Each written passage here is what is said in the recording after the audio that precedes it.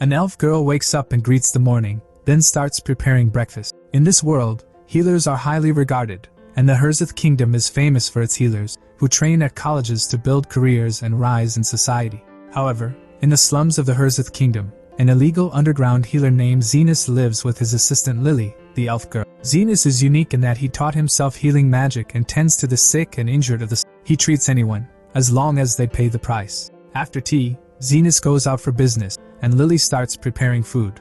There's also a ghost, Carmilla, who lives with them and is particularly excited for Lily's cooking. Zenus is frequently visited by the three top gang leaders. First, Zofia, the lizardkin leader, arrives to meet Zenus, but he's not there. Then Linga, the beastskin leader, comes looking for him. Finally, Loi, the ogre leader, shows up, and the three decide to wait for Zenus together.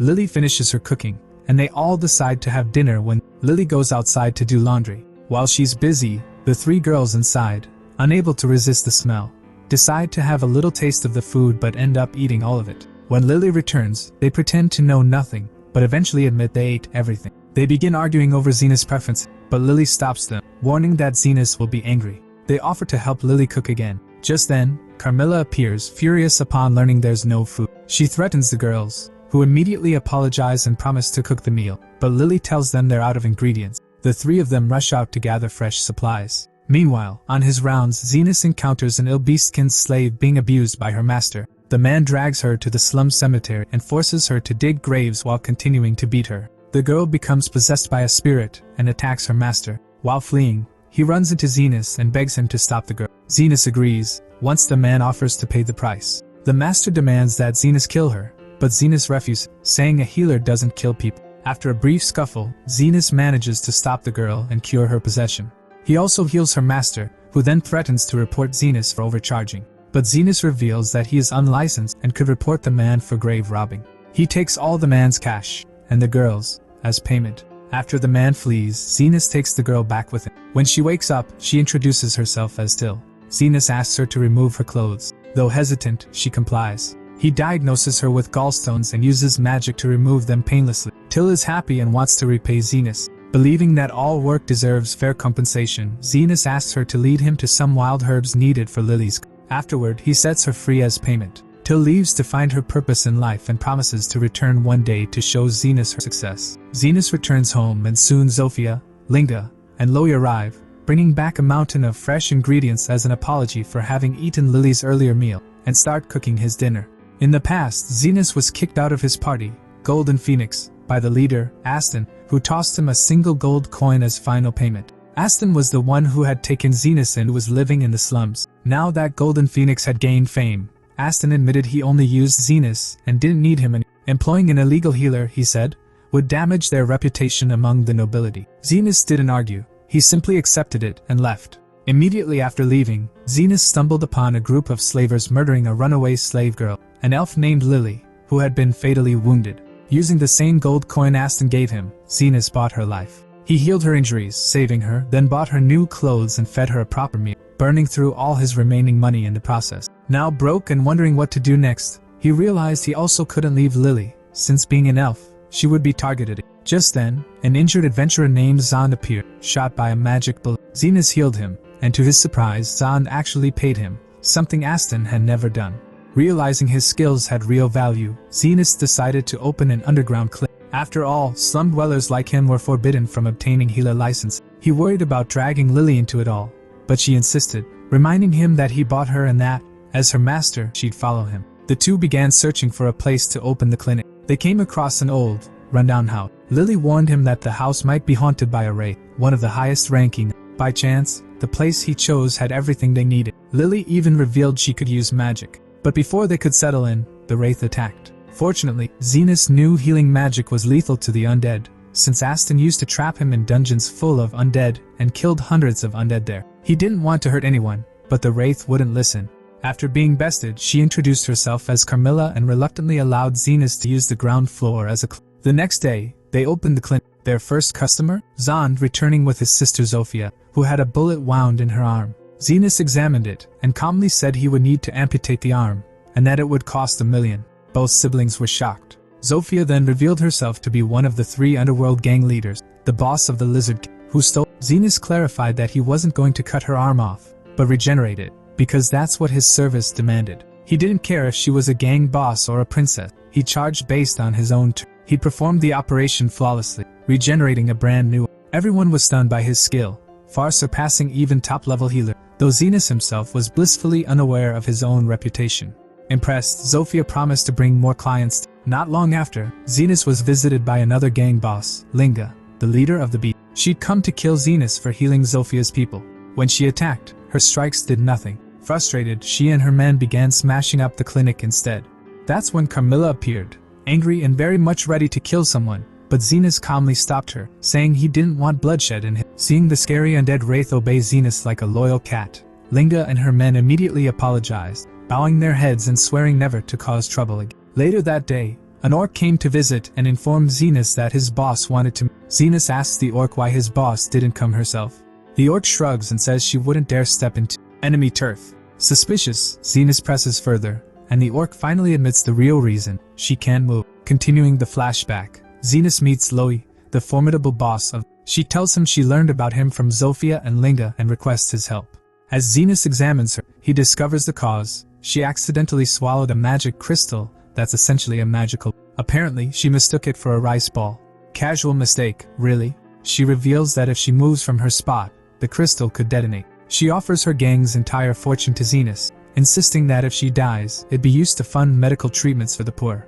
But Zenus removes the crystal instantly and even detonates it safely, without charging her a single coin. He calls the surgery too quick to justify such generosity. Impressed by his skill and humility, Loey promises to support Zenus going forward. Later, Lily is visibly upset. Zofia, Linga, and now Loey have all started visiting the clinic regularly, each choosing their own special day. Carmilla casually points out that the trio might be falling for Zenus, which could spell trouble. Zenus assumes this is impossible, since he is just an unlicensed healer.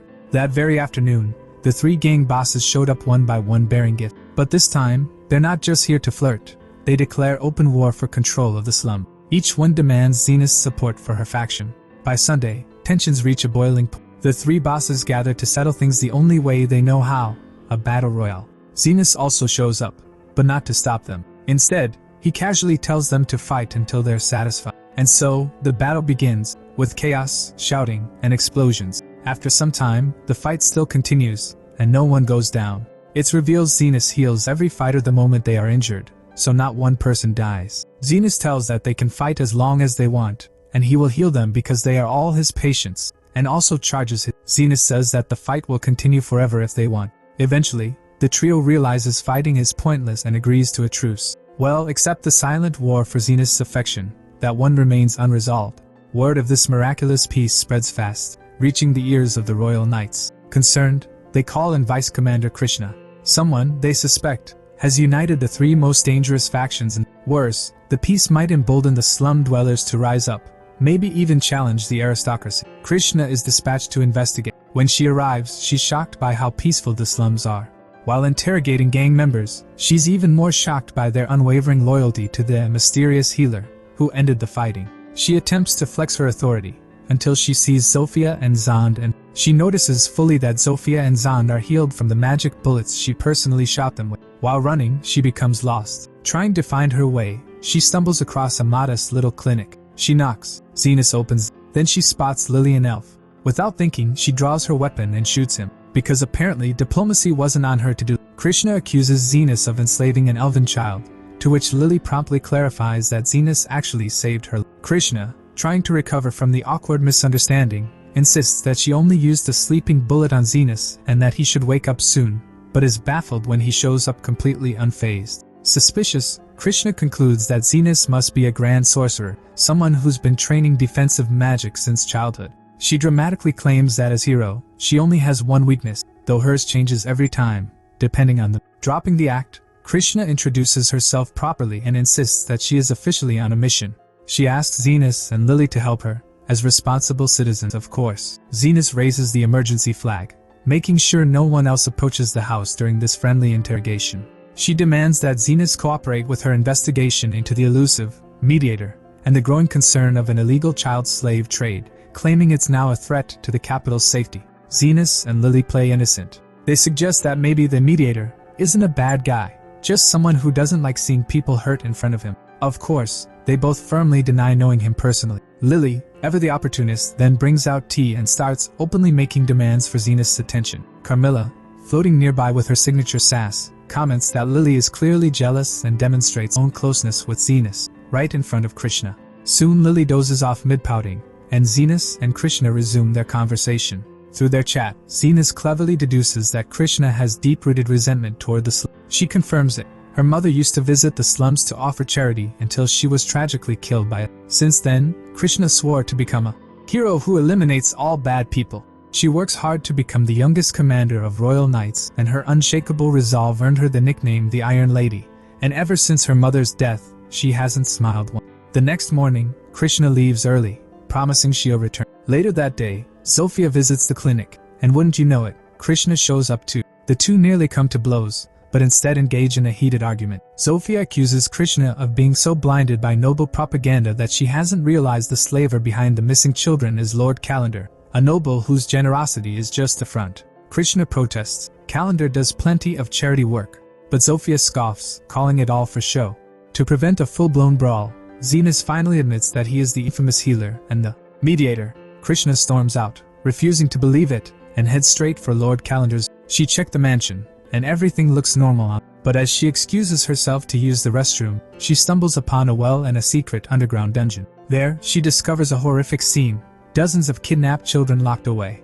Before she can act, Calendar appears and shoots her with her own weapon. Wounded and on the verge of passing out, Krishna fears this, but not today. Zenus and Sophia arrive just in time. They beat Calendar to a pulp and rescue her. She is amazed when Zenus heals her bullet wounds and realizes Zenus is the true hero of the. Zenus tells that he is just an unlicensed healer, and for children, she is a hero. She finally understands why her mother would visit the slums despite the danger, and decides to make her proud by seeking real justice. As they all walk out, having rescued the children, Krishna turns to Zenus and asks how he managed to arrive so. Zenus smirks. "You forgot to pay your clinic fees." Krishna laughs, genuinely, for the first time since her mother died. In the past, Aston discovers young Zenus living in the slums and takes him into his adventuring party, but only as a servant. Blinded by arrogance, the party never realizes that Zenus has been quietly healing their wounds all along, thinking their growing success was purely thanks to their own elite skills. But the truth comes crashing down soon enough. On their first mission without Zenus, they assume it'll be a cakewalk. Instead, they get absolutely wrecked. Their archer Yuma is injured so badly he's forced to retire.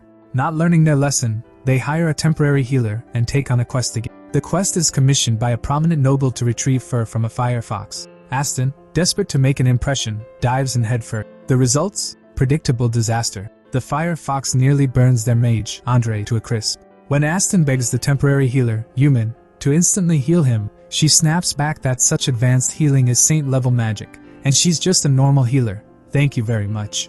Reality finally begins to set in for Aston. Aston starts realizing Zenus' healing magic might be real, and he starts connecting the dots. When Zenus was around, everything was smooth. Without him, it's been nothing but failure. Later, Aston gets scolded for his failed mission.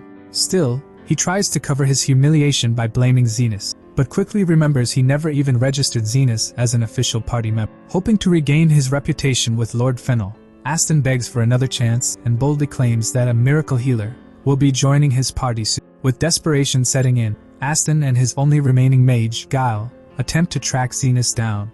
They try to approach Sophia, Linga, and Loie, leaders of the slum's most powerful factions, only to be shocked when all three not only know Zenus personally but also threaten Aston for daring to bother him. Humiliated and confused, Aston bumps into Zenus by pure chance and tries to sweet-talk him back into the party. Zenus, now with confidence and backbone, rejects the offer outright. Infuriated, Aston tries to save face by pretending it was a misunderstanding, but Zenus cheekily offers his services for an outrageously high fee. This pushes Aston over the edge, and he attempts to attack Zenus, only to be stopped by none other than Krishna, who had been searching for Zenus herself. Aston quickly blames Guile for everything and runs off before things get worse. Later that night, everyone gathers at Zenus' clinic. The girls report that their men followed Aston but eventually lost track of him. Sophia suspects Aston might seek out the Underground Guild, a shady, brutal organization, to exact revenge. But Carmilla, ever the gothic realist, points out that the Underground Guild doesn't come cheap, and Aston is completely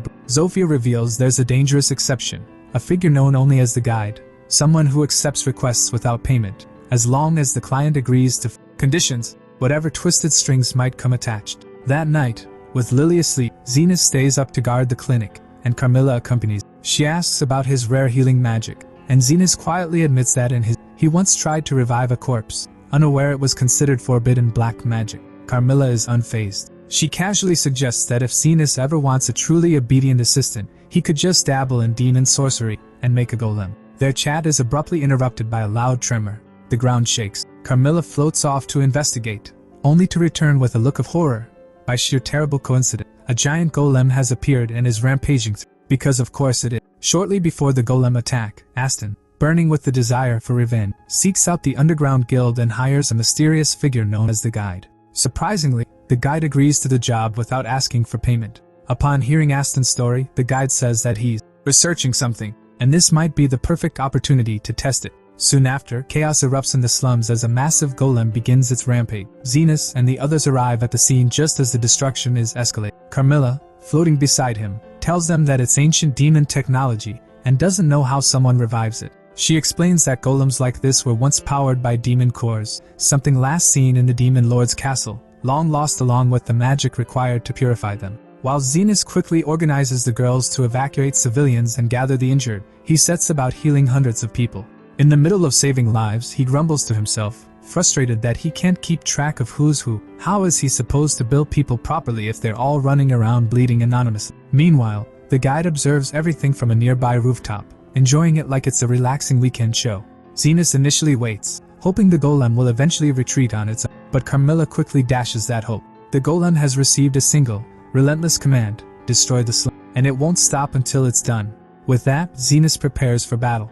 Carmilla advises him that the only way to stop the golem is to destroy its core. Zenus, while continuously healing and buffing the girls in real time, stays close to the action and analyzes the golems. Then, something odd happens. A little girl wanders into the battlefield, and the golem deliberately avoids harming her. Zenus narrows his eyes and scans the golem more closely. The shocking result? The golem is not just powered by a demon core, it's powered by Aston's hatred. The core has somehow synced with Aston's deep-seated emotions, amplifying them into destruction. The Guide, still observing, is intrigued. He wonders aloud, will Zenus kill Aston to stop the golem? But Zenus, instead of hatred, feels sympathy for his former comrade. He recalls Aston's painful past, how he lost his little sister simply because they couldn't afford medicine. The tragedy drove Aston to obsess over wealth at any cost. Zenus makes his move. He slices through the golem, not to destroy it. Guide thinks Zenus killed Aston and decides to leave, but notices that rather than killing him, Zenus cut Aston out of it, chunk by chunk. As the stone tries to reclaim him, Zenus painstakingly heals Aston's body before it can fuse again. It's a brutally delicate process, but Zenus pulls it off. When asked why he would go through so much trouble, Zenus simply says there are two reasons. First, Aston was the one who took him out of the slums all those years. And second, the single gold coin Aston gave him, the one Zenus used to save Lily's life. With the core now exposed, Zenus finally destroys it and saves him. Aston, now free and fully conscious of his actions, breaks down and apologizes sincerely for everything he's done. Zenus, ever fair but not a pushover, responds by knocking him out cold with a single punch.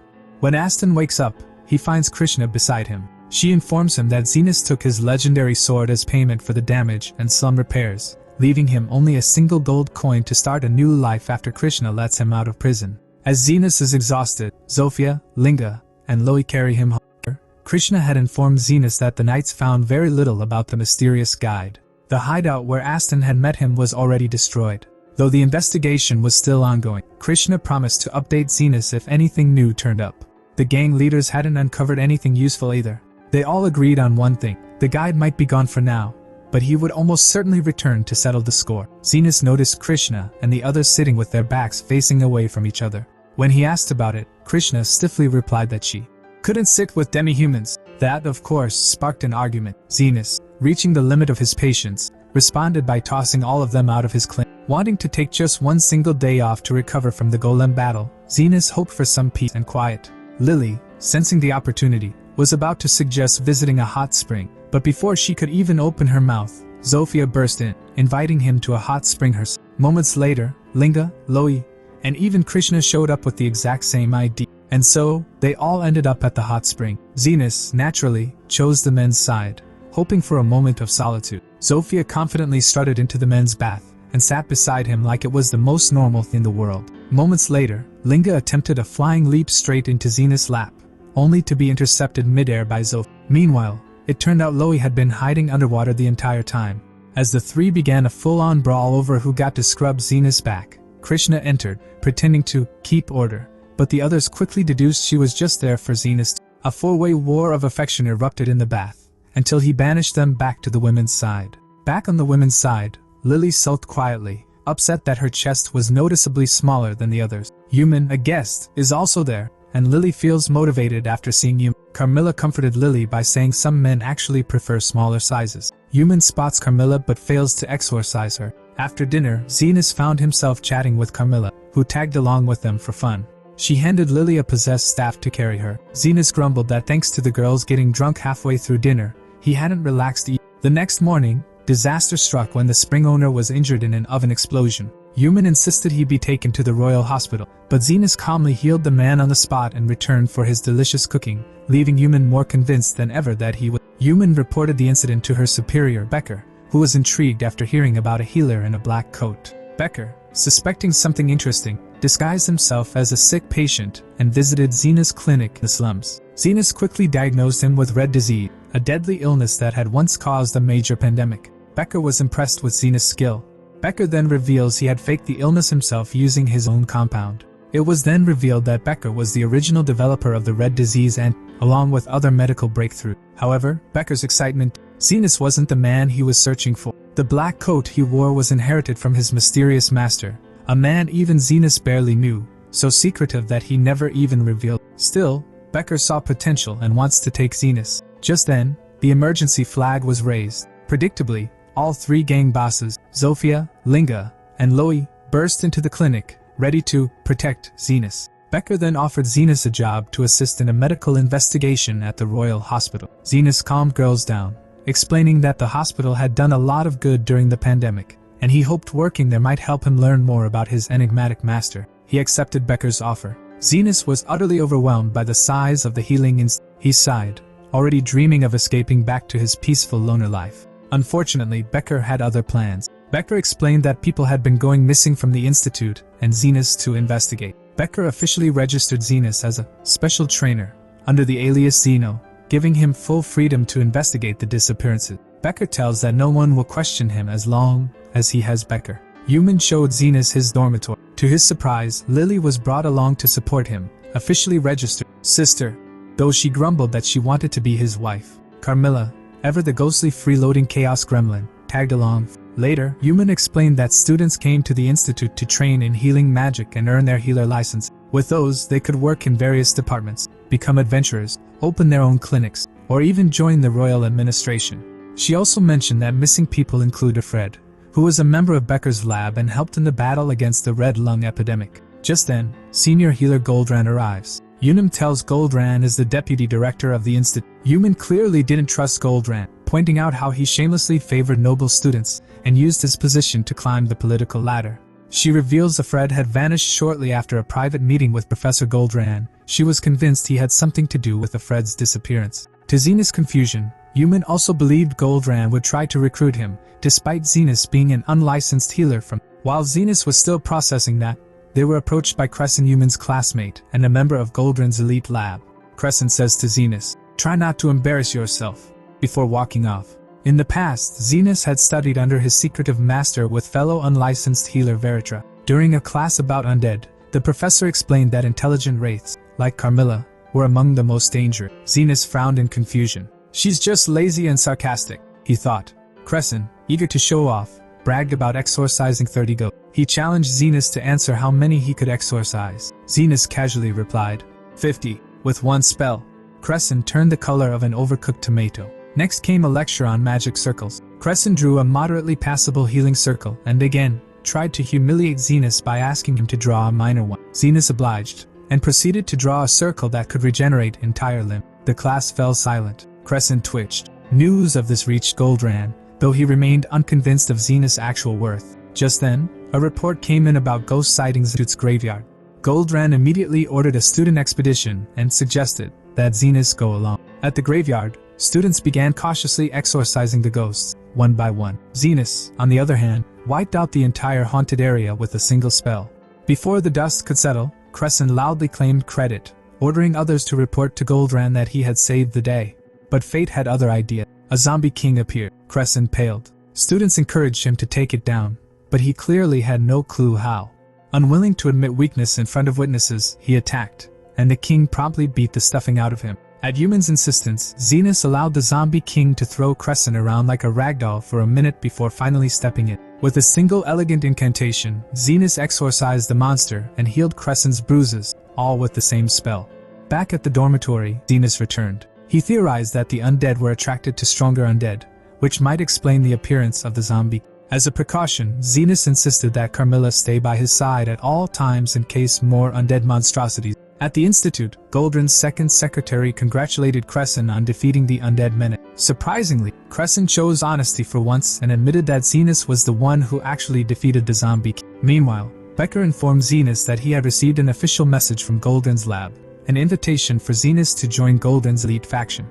However, Becker warned that the invitation alone wasn't enough. Zenus would have to pass Goldran's personal When Zenus met with Goldran, the professor began his pitch with his usual lofty arrogance. He explained that healers held high value in the kingdom, but power always remained with the ruling class, the nobility, and he says he will join them soon. Goldran explains that his faction only treated the wealthy, as he bluntly stated that not all lives had equal value. Goldran then asked Zenus to recreate the magic circle he'd drawn in class. Upon reviewing it, Goldran confirmed that Zenus' abilities were legitimate, possibly exceptional, and formally invited him to his faction. The following day, Zenus sees Goldran and his team on their medical rounds. Crescent urged him to stick close and learn the routine. Zenus quickly noticed Goldran was using health transfer magic, a spell that siphoned life energy from healthy individuals to heal the sick or injured. Crescent cheerfully explained that the number of donors depended on the severity of the patient's condition. For minor injuries, 1 or 2 donors were enough. For more serious cases, a crowd might be needed.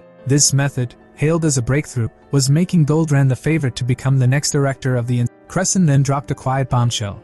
Fred, Becker's old colleague, had disappeared shortly after attending one of Goldran's private dinners. Suspicious, Zenus reported this to Becker. Becker listened carefully, then promised Zenus a bonus if he could secure an invitation to one of those dinners and uncover what was really happening. Mid-conversation, Becker clumsily dropped his coin pouch. With a sheepish smile, he explained that things were tight financially and asked Zenus, hypothetically, which single coin he would choose if he were in Becker's shoes. Before Zenus could answer, Human appeared and unintentionally ended the conversation.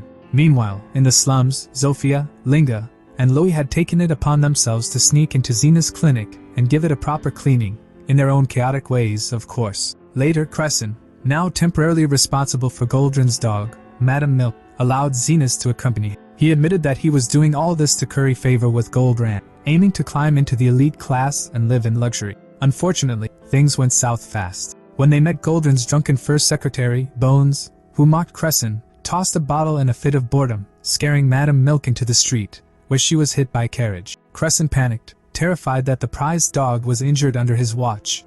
Zenus calmly healed the dog without leaving a trace of injury, astonishing Crescent, who was beginning to realize that what Zenus considered basic healing was actually elite magic. Later that evening, Zenus met Human again, and she invited him for a quiet walk. She apologized for dragging him into the investigation, saying that if she were more talented, he wouldn't have had to get involved. Zenus brushed it off. He was getting paid, and he was gaining valuable insights into the Institute and his mysterious master. When Human asked about his teacher, Zenus replied that the man had been shady and enigmatic. He had taught Zenus how to read, write, and use magic, but never even revealed his name. Human confided that Becker was her mother's brother, and in many ways, her own version of a mysterious man. She thanked Zenus for listening, blushing slightly. Carmilla, floating nearby, was highly amused. Clearly, yet another girl was falling for Zenus. As they returned, a disheveled and desperate-looking Crescent suddenly ran up and begged Zenus for help with a major problem. Earlier that day, Goldran had returned from a dinner with the noble Lord Fennel,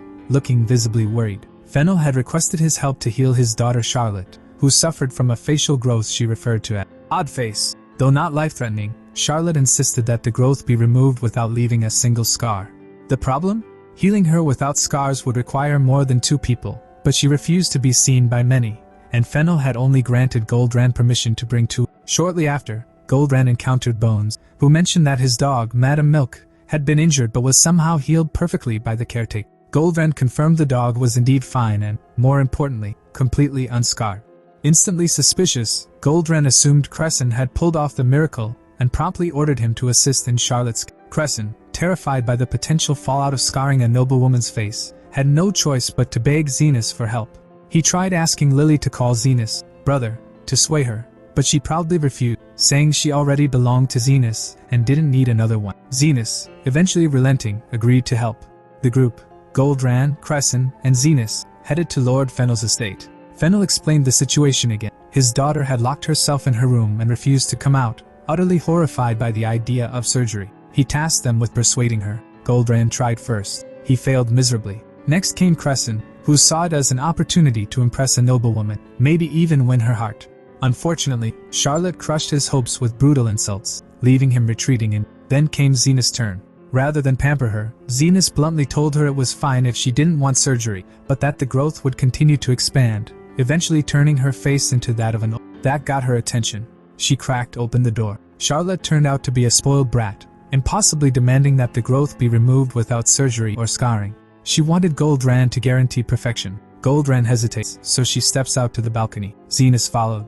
Out there, he sees an injured pet bird. She says that the bird was just like her, unable to attend balls, parties, or dances. Zenus, now fully fed up with her melodrama, healed the bird on the spot and snapped at her. He said he didn't care if she was royalty, nobility, or just a novelty. To him, she was just a patient. Either she trusted him, or she lived with the growth. Seeing her bird healed, Charlotte agrees to surgery. Still convinced Crescent was the miracle healer, Goldran insisted he perform the procedure. A panicking Crescent entered surgery, with Zenus guiding him step by step from the sideline. Things were going smoothly until they discovered the growth had spread into Charlotte's facial nerve, creating a risk of permanent facial paralysis. Terrified of damaging his reputation, Goldran suddenly cut the nerve himself, botched it, then turned around and blamed Crescent in front of Fennel, claiming he'd fix it later using health transfer and win Fennel's Eternals. Disgusted, Zenus shoved Goldran aside, told Fennel the issue was minor and didn't need a royal hospital. He swiftly repaired the nerve damage and healed the wound,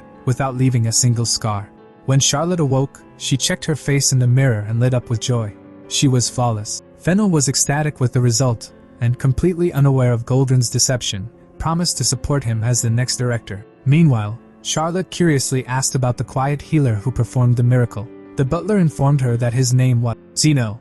Intrigued, Charlotte quietly takes an interest in Zenus. Back at the institute, Zenus was helping Human carry some heavy materials. Becker approached and casually congratulated Zenus on the successful surgery, remarking that it was likely enough to earn him a spot at Goldran's private dinner. Right on cue, Crescent arrives and tells that Goldran invites Crescent and Zenus to a private dinner that evening. At Goldran's extravagant private dinner, the man himself proudly announces that the current president of the institute is preparing to retire, and that his own faction, bolstered by Lord Fennel's support, now holds a majority. Zenus attends the dinner with Lily by his side, quietly investigating the guests. Eventually, he spots Bones. Bones happily boasts that it's thanks to Goldran that he gets to live in luxury without doing any real work. He casually mentions that he met a Fred at the last private dinner, and that a Fred was surprisingly kind to him. But before he can say more, Bones drunkenly veers off topic. Suspicious that Bones might know something important, Zenus and Lily start plying him with more drink. After a few too many,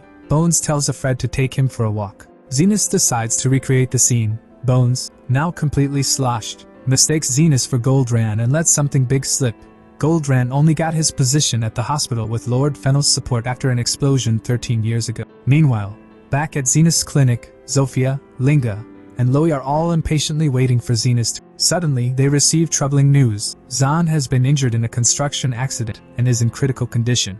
Zofia immediately rushes off to find Zenus, determined not to ruin his investigation, but unwilling to lose her brother. Back at the dinner, Carmilla suddenly appears, uninvited, of course, and shares a grim deduction. If Goldran had healed Fennel after the explosion, he surely would have used it to build his reputation. Yet, strangely, he kept it a secret. That doesn't fit. Lily suggests someone else healed Fennel, but Goldran stole the credit and bribed Bones to stay quiet. This could mean that if Bones told the story to a Fred, that a Fred is in hiding from Goldran. Crescent arrives and takes Lily outside. Zenus suggests a much darker possibility. An explosion would have injured multiple people, so it is possible Goldran caused the explosion himself to injure Fennel. then used health transfer to take life energy from the other victims, killing them but healing Fennel in order that Fennel would owe him a debt. Zenus prepares to report both theories to Becker, but as he steps outside, he sees Human denied entry, trying to peek into the party. At the same moment, Zand's condition worsens, and Zofia barges to the party. Goldran orders the guards to throw her out, but Linga beats them up without hesitation. Zofia falls to her knees, begging Zenus to save her brother. Goldran sneers, warning Zenus that helping her will mean being expelled from his faction, losing the path to the elite class, and facing severe consequences. But Zenus, unfazed, responds, "He doesn't care about status. He is a healer. He heals people, not just the rich." With Lily beside him, Zenus leaves the party and begins treating Zand immediately. Goldran watches with disgust, quietly vowing to destroy Zenus. Crescent, disillusioned by Goldran's true nature, abandons him and follows Zenus instead. Human, seeing this, is secretly impressed by his choice. Later, Becker thanks Zenus for his work and finally promises to reveal everything he knows about Zenus' mysterious master. That night, Human and Crescent throw a farewell party for Zenus. Over drinks, Zenus shares a bit more about himself and his mission. The next morning, just before Zenus leaves, Human tells Zenus that Becker left a letter for Zenus containing everything Becker knows about Zenus' master. They go together to read the letter, but instead of just paper, they find a photograph. While Becker is seen standing over Goldran and his supporters, all seemingly poisoned, unconscious or worse. Earlier, at the party, Goldran is happy that he has gathered all the supporters along with Lord Fennel and is now going to become the president. Goldran recalls how it all started. It is revealed that 13 years ago, Goldran witnessed an explosion when he was returning from his failed research. At that time, he didn't know Fennel was a noble, but he hoped he was someone important who could help him in his research. Goldran used health transfer magic to save Fennel, while Bones took a photograph of the spell, which ended up killing the injured factory workers. To keep Bones' mouth shut, he made him his first secretary and ensured his comfort and lifestyle. In the present, Becker arrives at Goldran's party with a bottle of wine. Meanwhile, Zenus and Human find Bones' photograph in Becker's office and discover that Fred was one of the workers who survived. They also spot a woman in the photo. Goldran regains consciousness and sees everyone on the ground. Becker reveals that he poisoned them and tells Goldran he has a little more time than the others before they die. Becker tells him it's revenge for the explosion incident. He says he suspected Goldran, but thanks to Zenus' information and Bones' photo, he confirmed his suspicions. Becker reveals Fred was one of the survivors, and one of the women Goldran killed was Becker's. Becker explains that Goldran must now choose whether to save himself, Fennel, or his supporters, whose votes he. When Goldran asks for the antidote, Becker drinks the wine himself, giving Goldran the option to save him instead and obtain the antidote. Goldran chooses to kill his supporters to cure himself. Becker tells him that he could have saved everyone, as Goldran has more life force than the rest, but still chose to save only. Goldran says his life is more valuable than others, and he believes not every life is. However, Becker begins to notice something strange about the wine. Just then, Zenus and Human interrupt, and Human says that they know Becker's fiancée died in the incident, but he didn't need to go this far. Becker admits that 13 years ago, he and his fiancée were rookie healers, and she wanted to heal everyone. When she died, he was devastated and thought it was just an accident. However, after a dinner with Fred, he was told it was related to Goldran. But Fred suddenly vanished, so Becker hired Zenus to get details. Crescent yells at Becker for poisoning innocent people. Zenus finally answers Becker's earlier question, saying that if he were Becker, he would pick all the coins. Zenus cures everyone by continually healing the damage to their bodies until the poison naturally wears off. Human and Crescent help him. Becker tells Zenus that after learning the man who murdered his fiancée was about to become the president, he lost control. He realizes his actions insulted his fiancée's memory and apologizes. Zenus heals everyone, except Goldran, and charges him a hefty amount for treatment. Goldran's supporters realize he was going to sacrifice them to save himself and turn against him, as does Fennel. The next day, Zenus and Human meet Becker in prison. Becker is surprised that Zenus knows Krishna. Becker then admits he only used a paralysis drug to scare Goldran and was surprised to find the wine had already been poisoned, probably by Fred to kill Goldran. As he never intended to hurt anyone, Krishna decides to set Becker free, but Becker insists he is still guilty for endangering lives. Before Zenus leaves, Becker suspects Fred actually died 13 years ago, and someone used his identity to get close to Goldran, someone who might now want revenge. Afterwards, Becker tells Krishna that Zenus proved him innocent to protect Human, who is a member of Becker's lab and also his. Nearby, the person posing as Fred is revealed to be the guide, who is actually a demon possessing his body. Zenus and Lily left for the slums. Goldran is imprisoned for murder. In the end, Zenus and Lily return to the slums and await their next patient. Thank you for watching. Don't forget to like, comment, and subscribe for more videos like this. If you have any suggestions or questions, feel free to leave a comment below. Until next time, take care.